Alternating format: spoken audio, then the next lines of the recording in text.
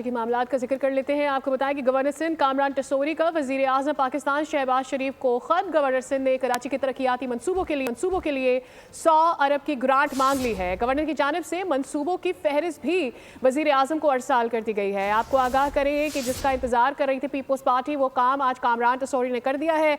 Governor Sindh Kamran Tessori की जानिब से वजीर आजम पाकिस्तान शहबाज शरीफ को खत लिखा गया है। साद गुजर हमें इस पर डिटेल्स देंगे। साद, आगाह कीजिएगा क्या लिखा गया है खत में?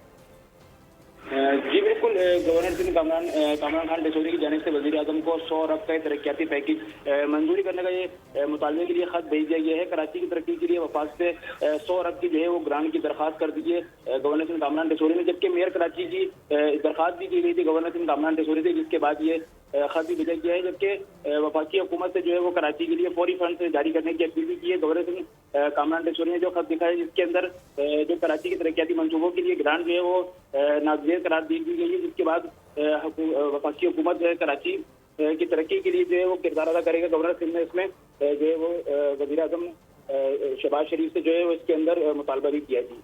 ठीक है, बहुत शुक्रिया साद शरीफ, इस पर आप हमें आगाह कर रहे थे। गवर्नर सिंध ने वजीर आजम को खत लिख दिया है, 100 अरब रुपए मांग लिए हैं।